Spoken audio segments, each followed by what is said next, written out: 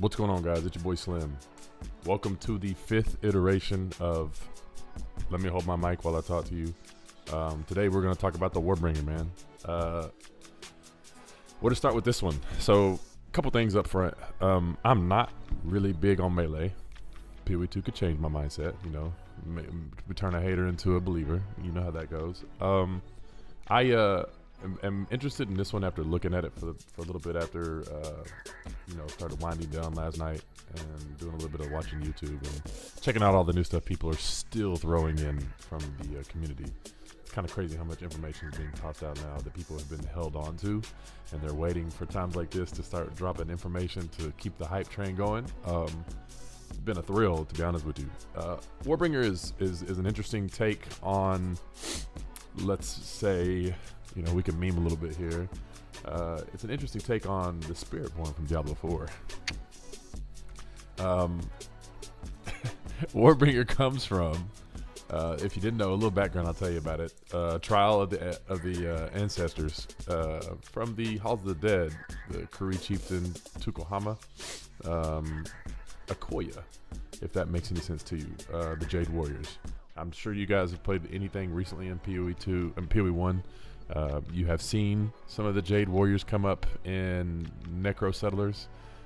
They are a badass group of people because they usually punch you in the mouth when you run into them early game. You'll immediately know them because they look like they're encased in green armored jade looking aesthetics and trim, very fine and elegant looking armor pieces, right? It's very, very, very, very, very how do I put it to you? Aesthetically pleasing when you see a group of big gorillas come and jump off screen and leap slam and maul you to death in about 2 seconds. Great times. All right, so enough memeing. I think honestly, this Ascendancy has the chance to be one of the better ones, one of the more interesting ones. Keep in mind, as I've said in every single one of my videos, this is only about 50% of the Ascendancy. They've given us 4 out of the 9, so we still have 5 more that are hidden in the mist that we have no idea what they are. So, TLDR, 50% only, 50% power. Don't make a full judgment off this video. This is just me touching on things that I found interesting, things that maybe can ring a bell for anybody else out there who might be on the fence about maybe starting a Warbringer or a Titan, a melee class in general. Something more melee oriented. This can also be done other ways, not just melee. So let me touch on that. We'll start 1, 2, 3, 4, go down the list. Ancestral spirits, answered call. Using answered call, you can summon ancestral spirits linked to each of your totems. Trigger ancestral spirits when you summon a totem. I feel like answered call, ancestral spirits. I feel like this is one of those we're gonna have to see, because in the video they showed us it wasn't very well presented. He threw a totem down, an ancestral spirit gorilla type jade figurine showed up, and he charged down the screen away from all the fighting, and it didn't really make much sense, right? Like, the presentation wasn't there. Maybe these guys are supposed to fight for you for a certain duration. Obviously it grants a skill, so we're going to be able to modify it with any kind of support that fits that theme, right? Not really sure on what they gave us, so it's kind of up in the air on how that goes. This is also the first tier of an Ascendancy node, so there is a second tier that actually modifies that, probably makes that jump to another level. Who knows? But the idea is there. I think they might have done the Spiritborn better than Diablo 4. Jade Heritage, number 2. With Jade Heritage, you can encase your body in a protective layer that absorbs all damage until it breaks.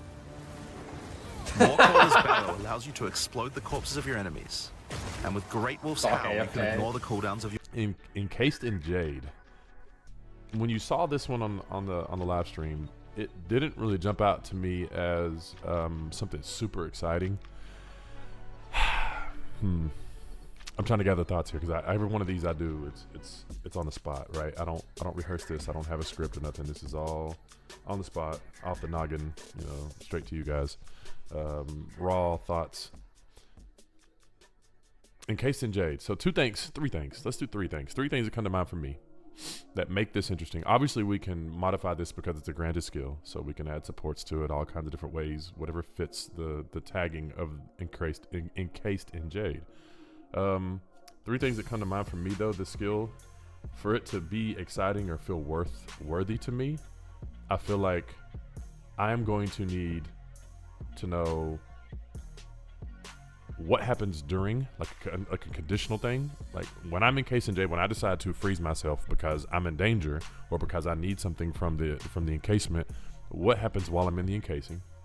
How long is it by default? Like what's the base duration of the encasing? And also how much damage the encasing does, as you know, by default, because the granted skill, you can't level the granted skill like you can other skills in past the Path of Exile, right? Like other things you can level up. It is a stagnant level. It's a base level, whatever that is. It's probably set at 1 when they grant you skills, unless it's told otherwise specifically. So need to know what happens while I'm in it, how long it lasts, and what's the conditional after it breaks. Like what can you do with the skill once it explodes, right? Very neat idea, but it is also the only tier of vicinity. There's nothing else past it, so there's nothing else that like further modifies this Jade Heritage encased Jade skill. Very interesting. It reminds me of the Vol Arctic Armor, if you guys have played or even tinkered with it in Path of Exile 1. Fairly new. Nobody uses it. Arctic Armor. If I have to, I'll pull it up for you. Vol Arctic Armor. Vol Arctic Armor is a Vol spell that increases you in ice. You get energy shield and mana during the effect, and it reduces damage taken while in the effect of the encasing, right? Very interesting skill. I'm not sure exactly how to feel about it because nobody uses it. It comes down to one of those situations where in Path of Exile, if you're standing still very, very often, you're usually hindering gameplay / like harming yourself. This seems like a good thing to be like, oh shit, I'm in trouble, encase myself, protect myself, but it also can like put you in a worse situation than what you started. Keep that in mind. Let's move on. Warcaller's Bellow. Warcaller's Bellow allows you to explode the corpses of your enemies. 3 and 4 are probably going to be the more used skills. Ascendancy setup when you come into the game because it's a fresh game. This could probably carry you.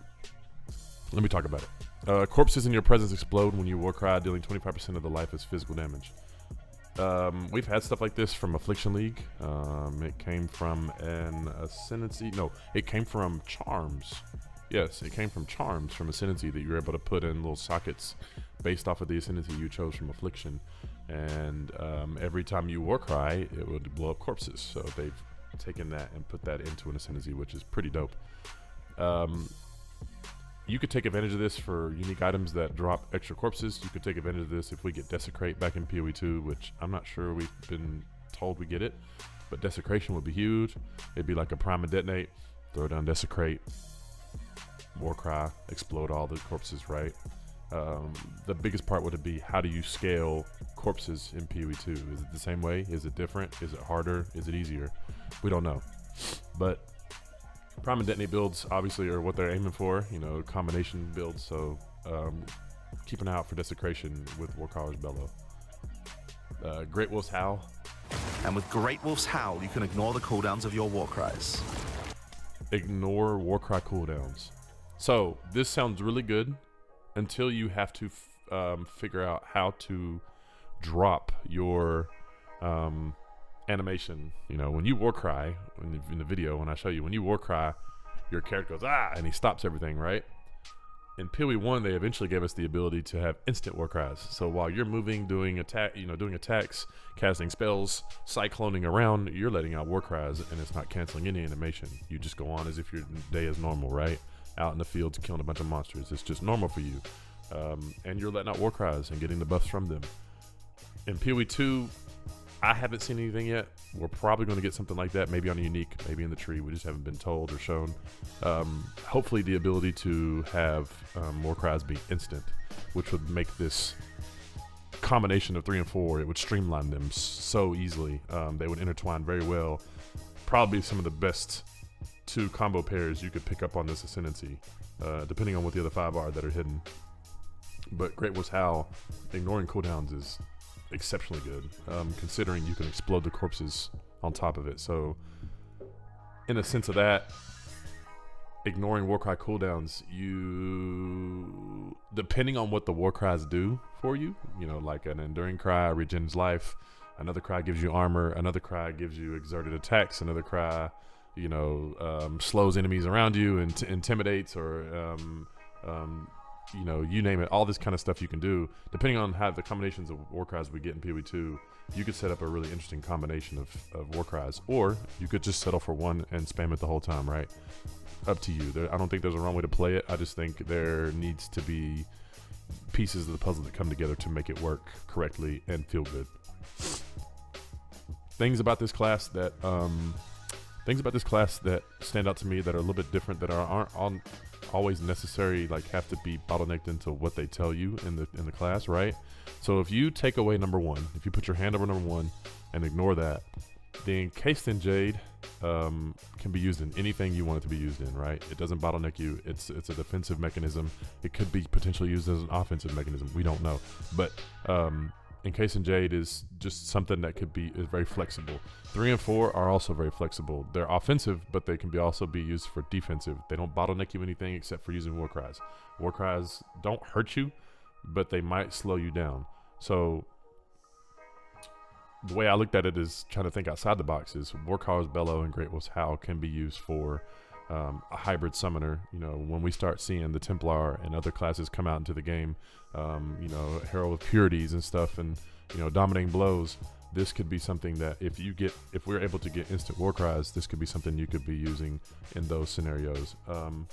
This could also be used when Cyclone hits the game, because they did say Cyclone is making a return.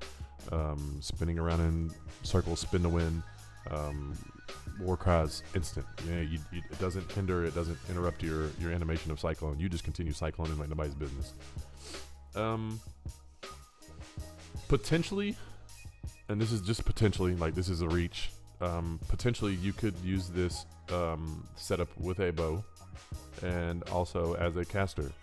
Depending on what these other 5 are, you're going to need more than just 2 Ascendancies to pull this kind of stuff off. But depending on what the 5 Ascendancies are, you could potentially use this as some sort of niche setup.